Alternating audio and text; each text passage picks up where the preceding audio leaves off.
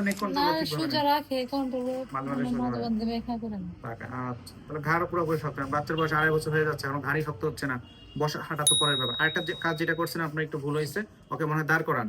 হ্যাঁ, দাঁড় করানোর কারণে এই যে পাটা একটু পিছন দিকে চলে যাচ্ছে। হ্যাঁ, এটা এখন পর্যন্ত যেটা আছে আমরা এটা নিয়ে আসতে পারবো, কারেকশন করা সম্ভব। এর থেকে বেশি হাঁটু পিছন দিকে, হাঁটু পিছন দিকে বলতে বলছে এটা সোজা করলে এই হাঁটুটা পিছন দিকে চলে যাওয়া।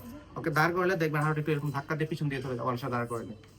এইটা এখন বেশি বেশি দাঁড় করানো যাবে না। আগে ওর ঘাটটা শক্ত করতে হবে, আগে পিঠটা সোজা হবে, ঘাটটা সোজা হবে, যখন তাকাবে সামনে দেখবে, তারপর আস্তে আস্তে বসা বসা শিখবে, দেন দাঁড় করানো, হাঁটানো।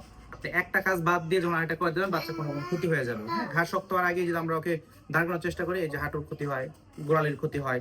হ্যাঁ, আর এই বাচ্চাগুলো দেখা যায় বেশিরভাগ বাচ্চাই আমাদের সাপোর্ট দিয়ে দাঁড় করাতে হয়, ডিভাইস আমরা দিই। হ্যাঁ, আলাদা জুতা দিই, এগুলা দিয়ে আস্তে আস্তে ইমপ্রুভমেন্ট। যাই হোক, এইভাবে কন্টিনিউয়াস চলবে। থেরাপিটা রেগুলার কন্টিনিউ শুরু করেন, পাশাপাশি ওষুধটা চলো, এইভাবে ট্রিটমেন্টটা চলে আস্তে আস্তে বাচ্চা ভালো দিকে যাবে। বাচ্চা একটাই আপনার? আচ্ছা, তাহলে তো অবশ্যই একটু বেশি মনোযোগী হতে হবে বাচ্চার প্রতি। ওকে ঘুমায়, রাতে ঘুমায়? না রাত্রে ঘুম কম, দিনে ঘুমায়? দিনেও কম হয়ে ঘুমাই, এত বেশি ঘুমাই না। আচ্ছা আচ্ছা, তো ঘুমটা ইম্পর্টেন্ট। ওকে, সাথে কে আসছে? একাই আসছেন? বাসা কোথায়?